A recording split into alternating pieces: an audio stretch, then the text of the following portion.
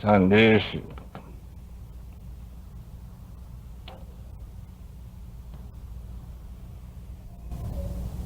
在这样的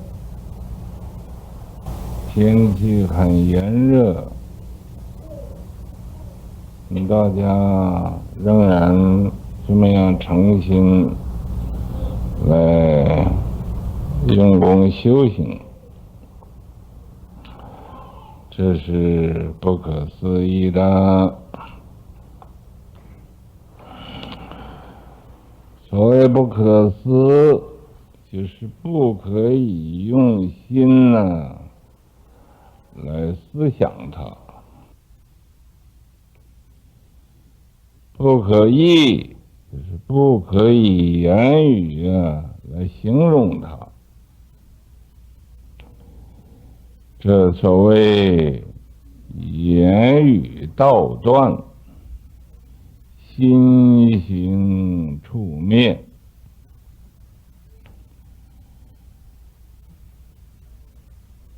但有言说都无实义，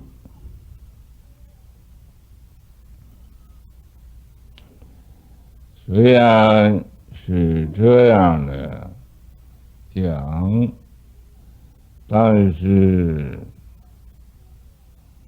为了恒顺众生，也不得不说。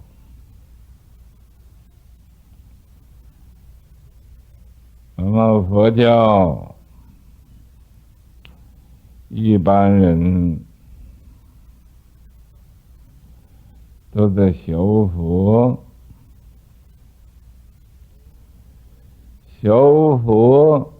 佛怎么样的行为，佛怎么样的思想，佛怎么样的处事为人，我们都要学习。我们都要学习，因为也太多了，不容易完全学。所以我们首先就先学一个不杀生的戒律。不杀生就是不争，你要一争就会杀生。这五戒里头就是一个不杀生，不杀生的根本就是不争。和任何人、任何事也不和人家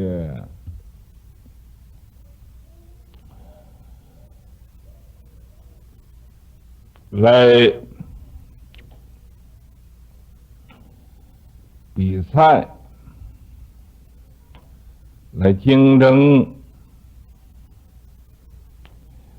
因为你一争这真是胜负心，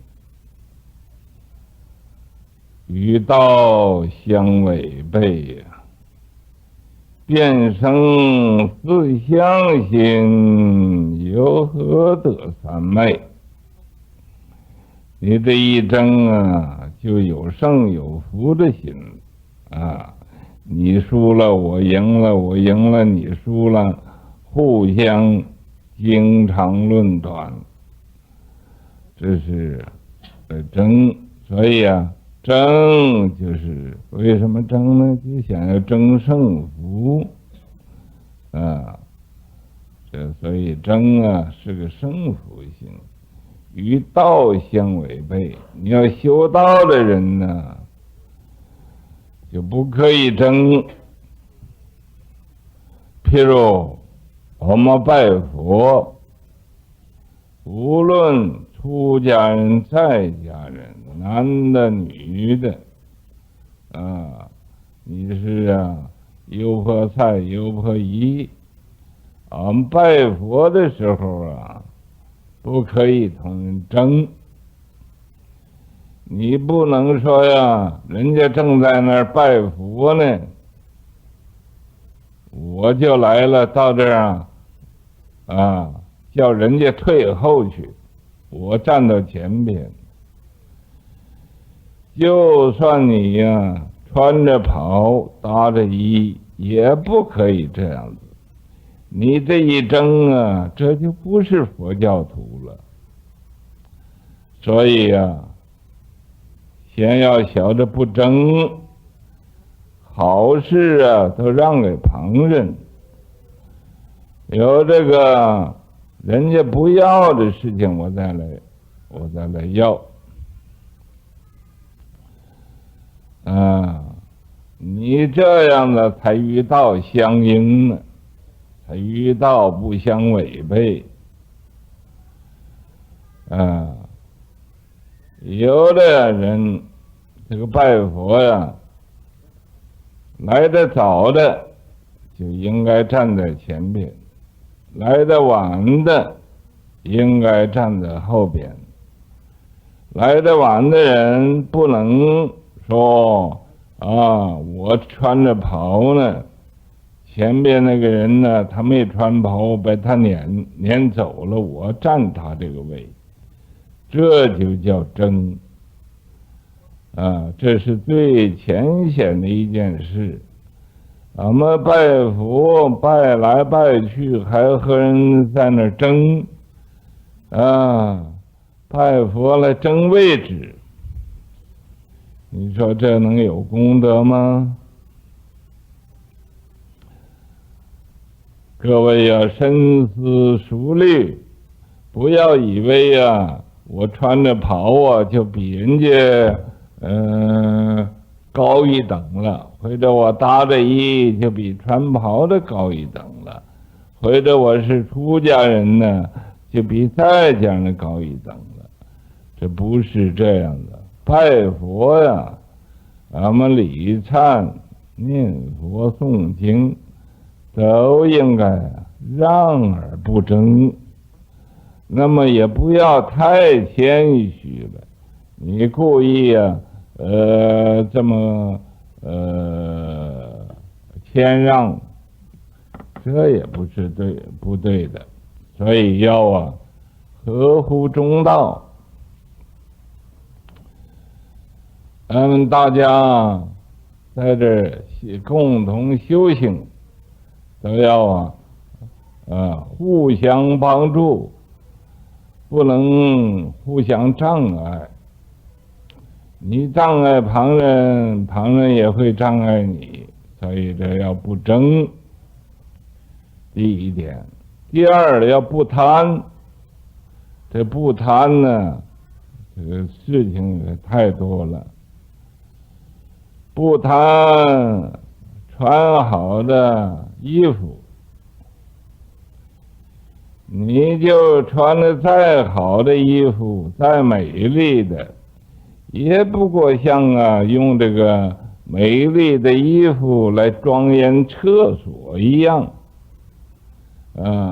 这个人这个身体是一个不净的东西，你庄严它，你给它擦香水，又这样的修饰那样的修饰，怎么样都这都是假的。你到他死的时候他就不管你了，就走了。所以不贪，这就是不偷盗。为什么那个人偷去呢？就因为他有贪心，贪而无厌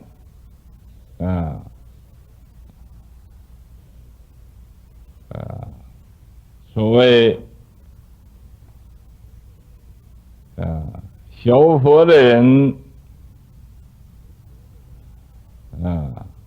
不贪财，越多越好。说我不贪呢，可是多多益善，这还是一个贪心嘛。那么这个贪就是你要不贪就不犯盗戒。第三呢，不邪淫。这不邪淫就是不求。你看那个异性相追求，互相追求，这个那种力量啊，比那老虎还厉害。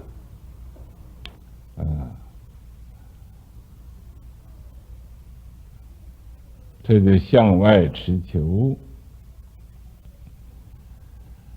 那么不自私呢，你要不自私就不会打妄语。为什么打妄语？因为你自私。为什么你愿意打妄语？你愿意自利。自私为什么要自私呢？就因为想要自利，自己我利益我自己，我不管旁人。所以因为自私自利就打妄语，这是不自私不自利，不妄语，不饮酒。不饮酒就是不这个胡说八道的，乱讲乱说的，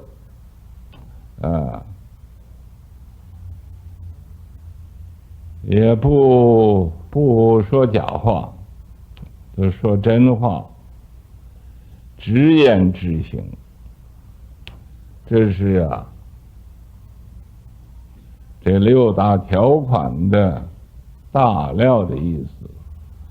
俺们修道信佛的人，如果不懂得这个，那可以说是还在佛的门外边，没有进佛门里边。All good and wise advisors, even in such hot weather, everyone is cultivating so diligently. This is inconceivable. The word inconceivable means it cannot be thought about with the mind, and it cannot be described in words. As it is said, the path of language is cut off, the place of the mind's activity is gone. Whatever can be expressed in language has no real meaning. Nevertheless, in order to constantly accord with living beings, we must say something. In Buddhism, we want to study the Buddha's conduct, the Buddha's thinking, and the Buddha's way of handling things and interacting with people. We have to learn all of these things, but there is so much to learn that it is not easy to learn it all. So we can begin by learning the precept of not killing first. Not killing simply means not fighting. As soon as you start to fight, you will kill. Not killing is one of the 5 precepts.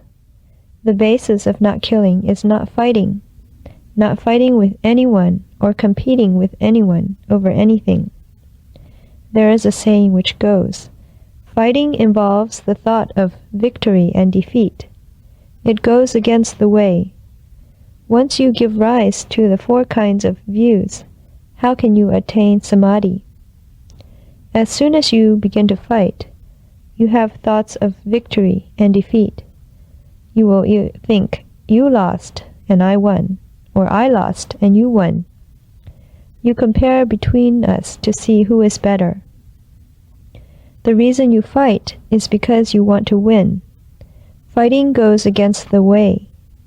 If you want to cultivate the way, then you must not fight.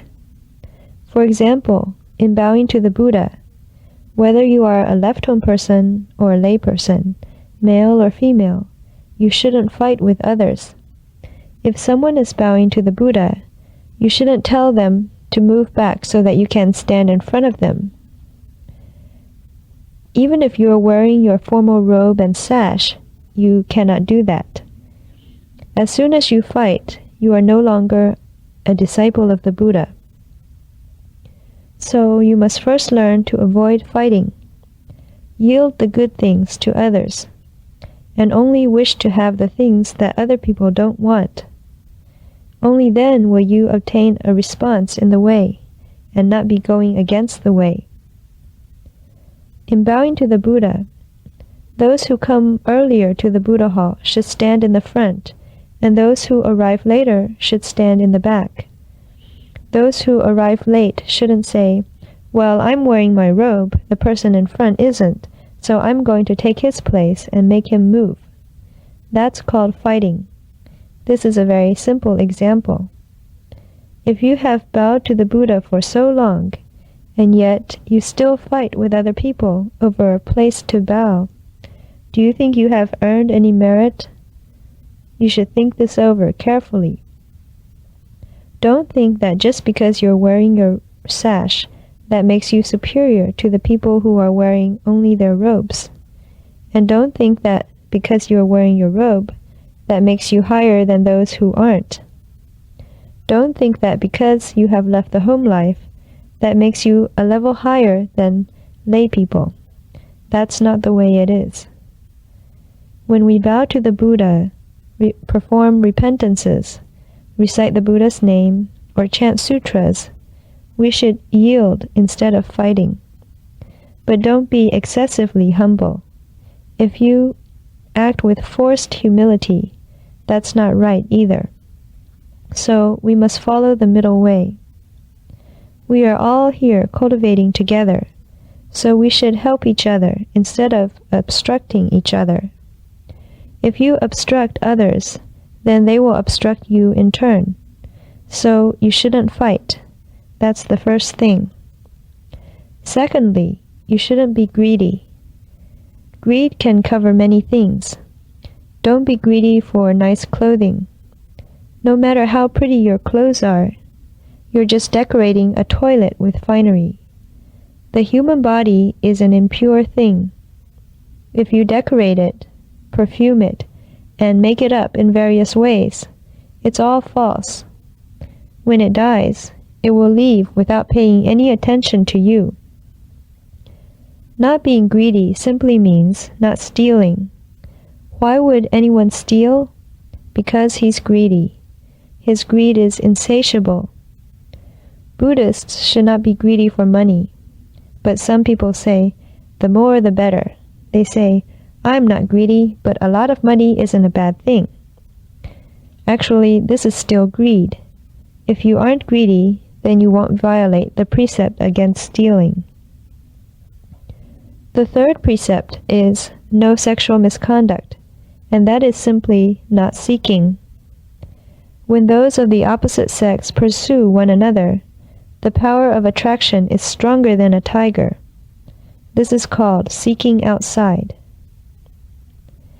Not being selfish. If you're not selfish, then you won't tell lies. Why would you tell lies? It's because you are being selfish. Why do you want to lie? It is because you want to benefit yourself. And why are you selfish? Because you think, I only want to benefit myself. I don't care about anyone else. Because you are selfish and you only wish to benefit yourself, you will tell lies. Not taking intoxicants means not speaking reckless nonsense and not telling lies. You only tell the truth. Your speech and your actions are straightforward. This is the general meaning of the 6 great principles. If cultivators and Buddhists don't understand these principles, then they are still outside the door of Buddhism. They haven't entered the door yet. 菩萨发的四弘誓愿，每一个人归三宝，都要先发这种的愿，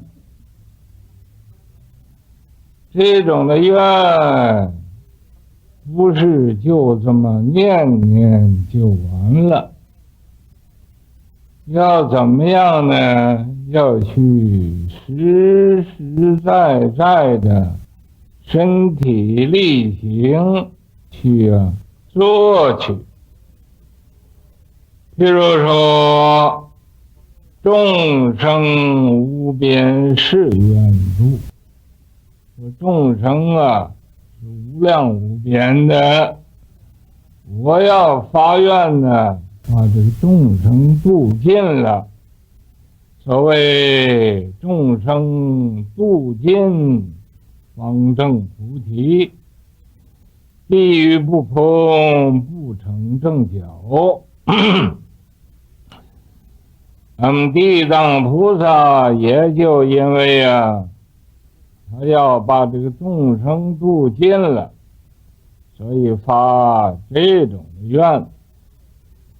每一个人呢，要都能效法地藏王菩萨发这种愿。说众生度尽，方成佛道。要没有度尽众生他就不成佛。每一个人都发这个愿，那每一个人都可以说是地藏菩萨的化身了。所以我们要度众生，天天问一问，俺们是被众生度了呢，还是俺们在度众生？被众生度的人，就是被脚合尘了。要是能度众生的人，这就叫被尘合脚了。俺们有一个众生没有度，他成佛，我们的愿力也没有了。所以说众生无边誓愿度，我生生世世都要度众生。那么再问一问俺每一个人皈依三宝之后，是不是也发这个度众生的愿呢？问一问自己，我皈依三宝了，我是不是还是一个愿意自了汉，愿意自己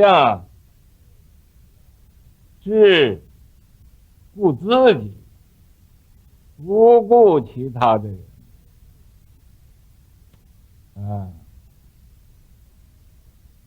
那么这样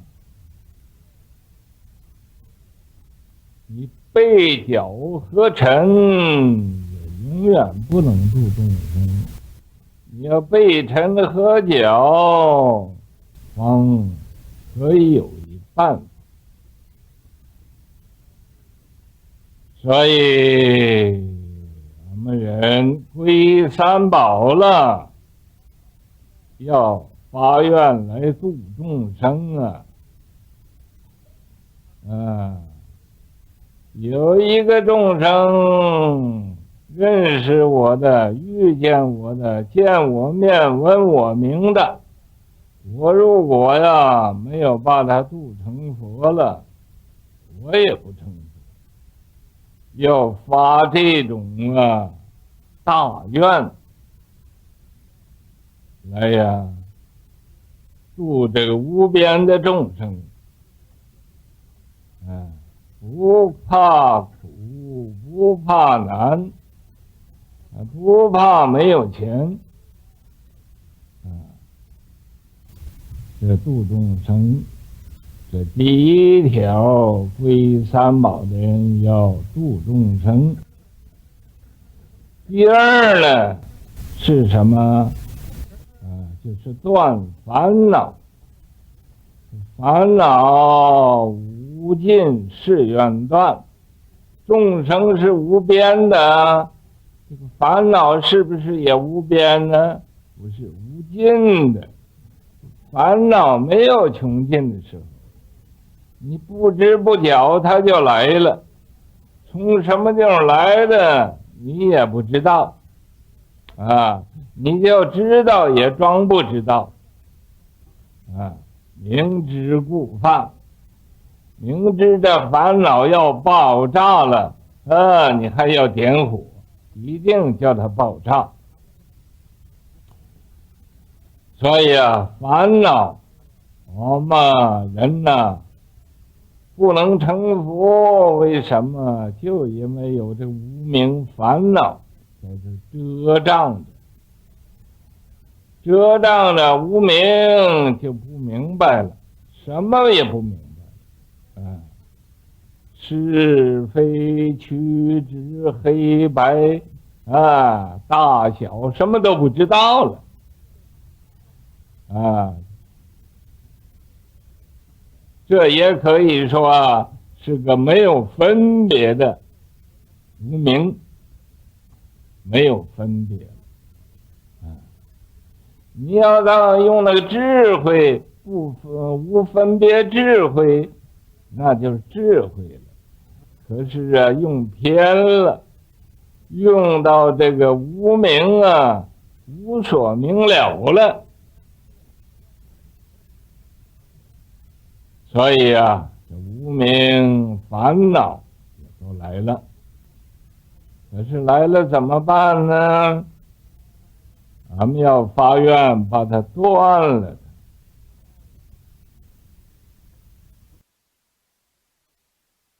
咱们断不容易断，把它变了它啊，转烦恼为菩提啊，转识成智。咱们能要把它能转变过来，这就有智慧了。你要不能转变过的烦恼，那就是愚痴了。很简单，这里头不用怎么样细讲啊。烦恼无尽誓愿断，誓愿要把它断了。法门无量誓愿学，法门佛的所说的法啊，84000法门，门门都是第一啊。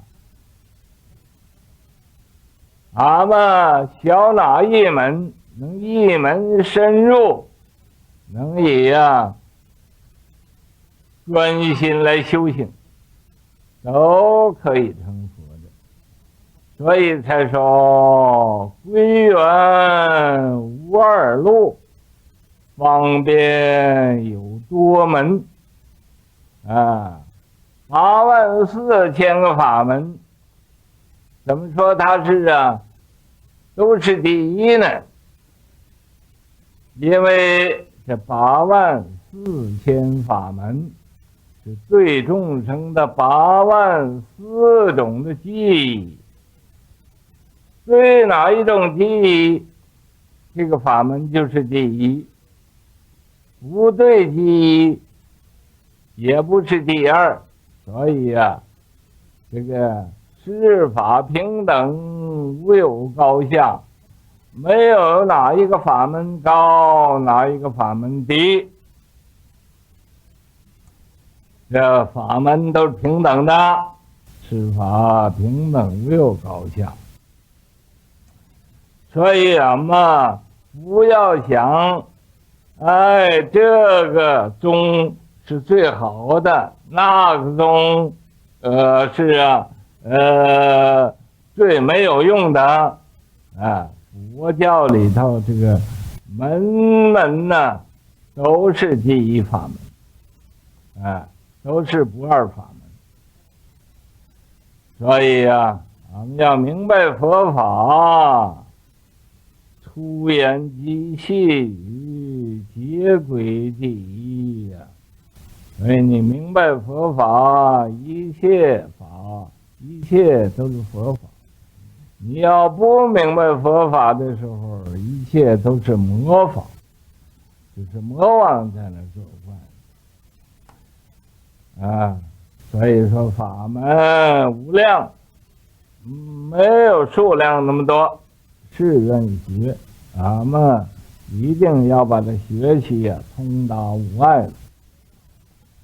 佛道无上，誓愿成啊！这个佛啊，众生无始无边的，烦恼是无尽的，法门是无量的啊。佛道是无上的啊。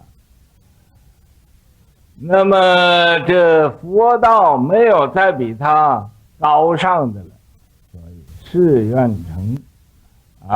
所以啊，俺们要成佛，要把所有的众生都度成佛了。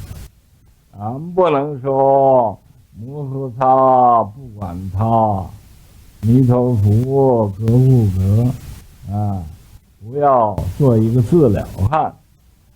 皈依三宝的就要行菩萨道啊，度众生，断烦恼啊，学佛法，成佛道。这是4种的愿力，不可毁忘的。这比你吃饭、穿衣服、睡觉更重要。所以你们各位皈依三宝了这么多年，连这个4弘誓愿都不把它念熟了，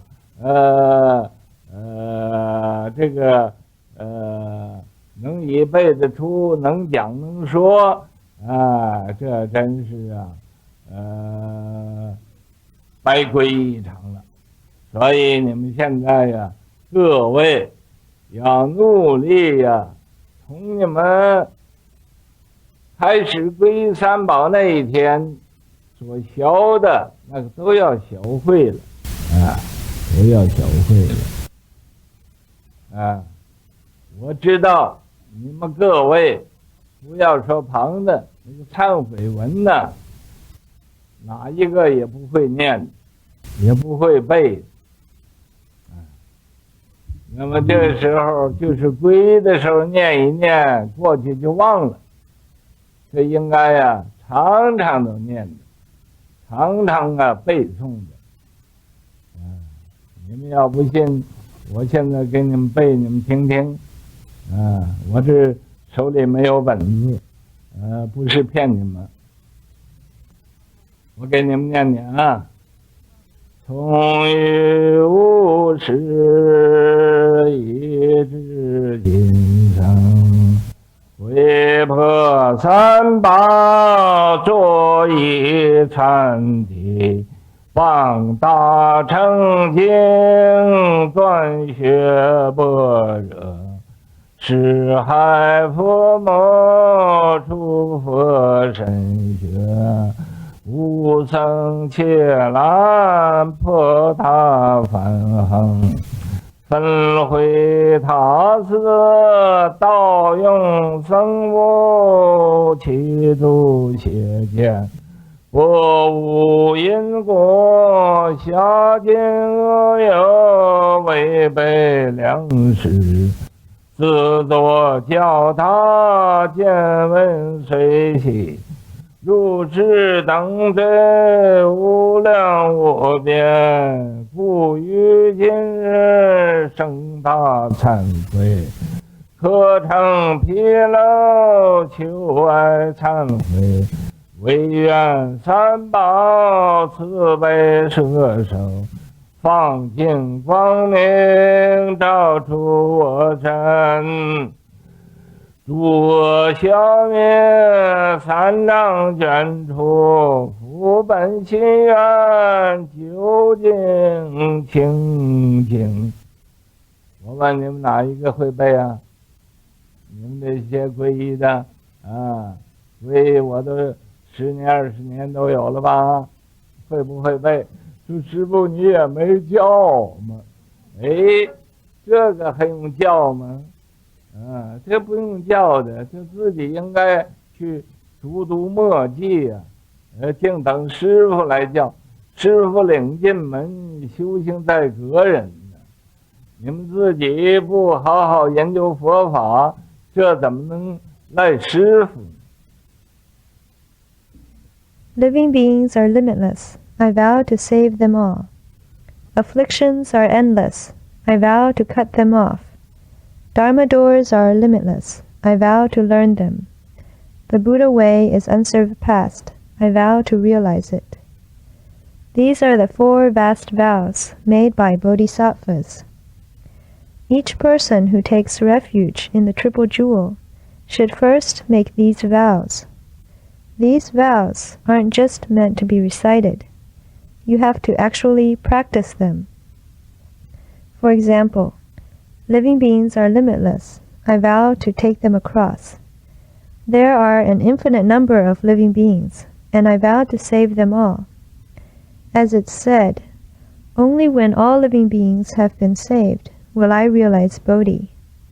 Before the hells are empty, I will not attain proper enlightenment.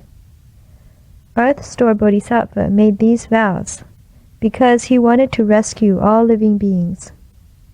And each one of us should imitate Earth Store Bodhisattva and make these vows, saying, "Only when all living beings have been saved will I realize the Buddha way. If I have not liberated them all, then I will not become a Buddha."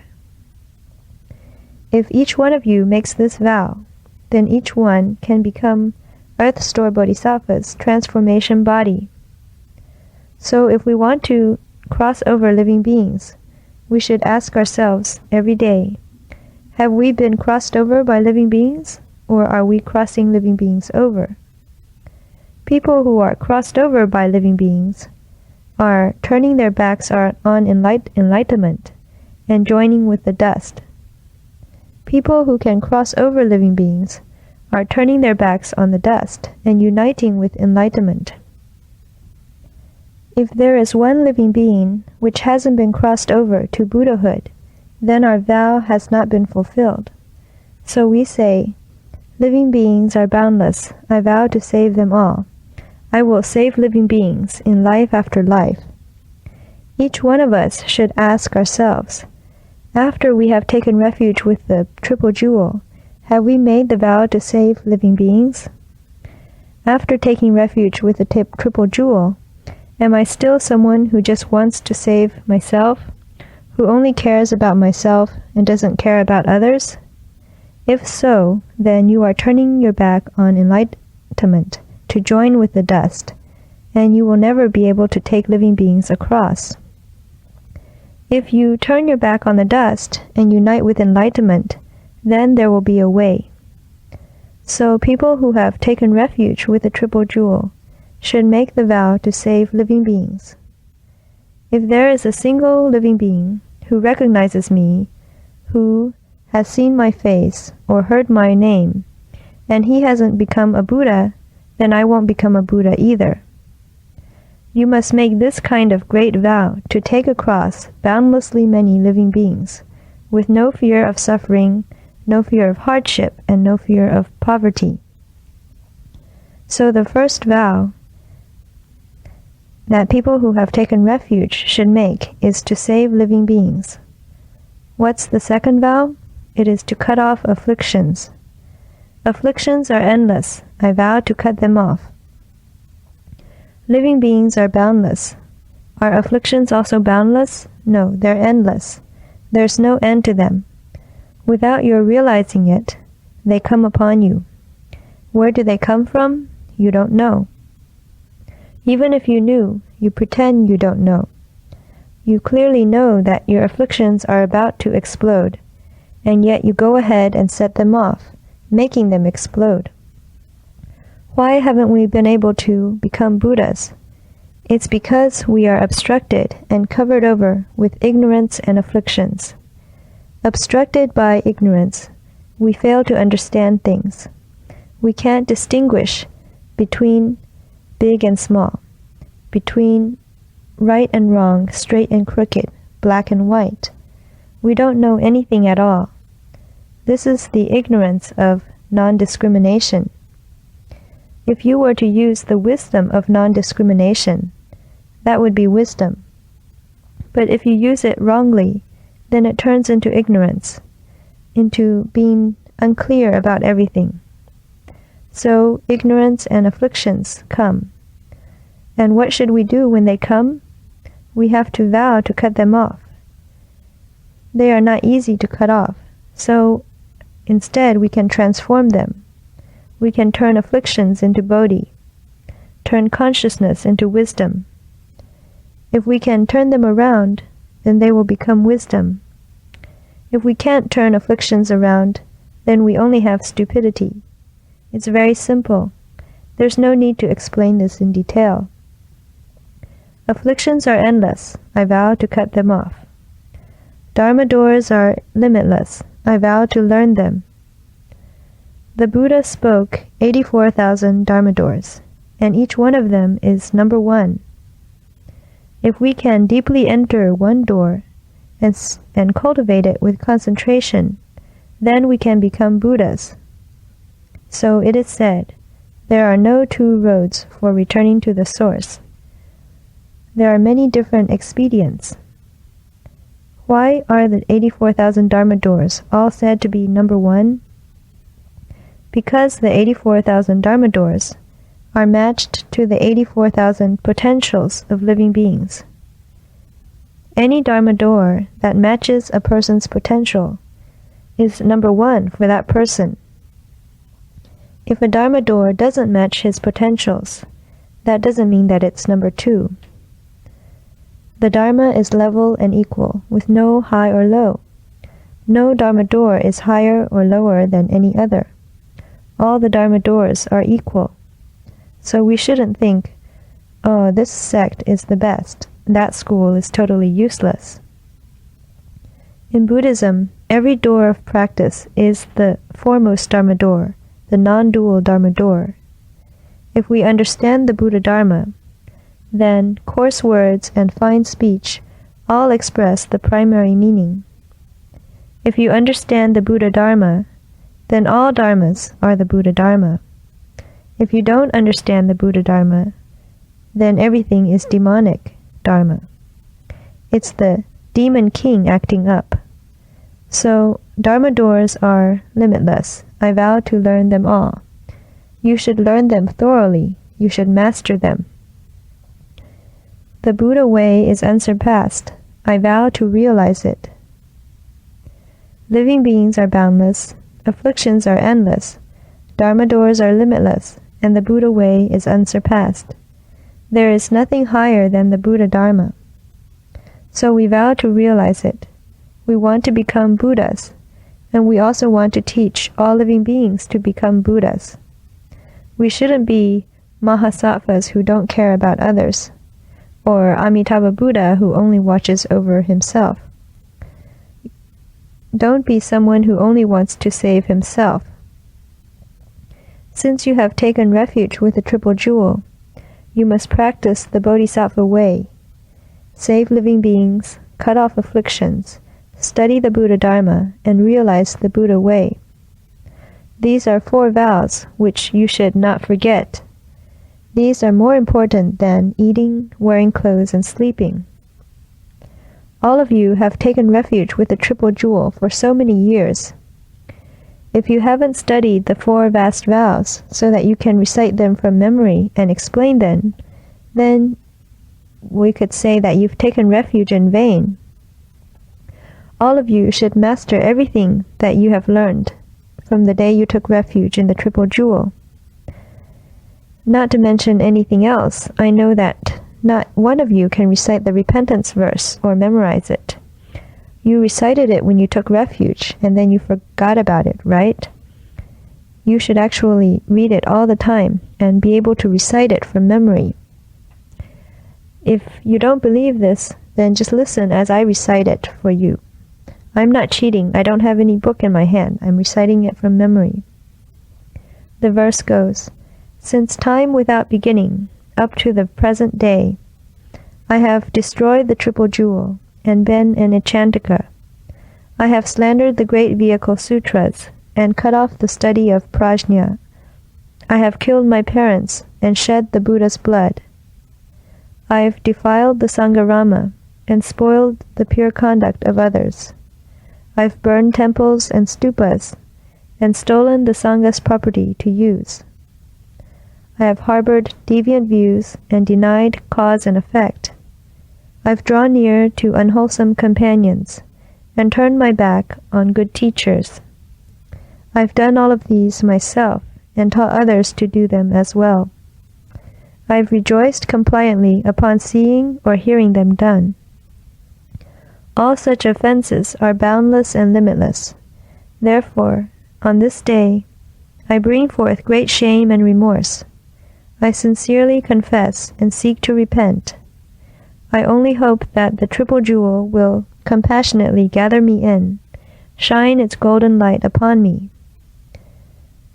All evils will be eradicated, and the three obstructions will be cast out, as I return to the fundamental source of the mind, which is ultimately pure.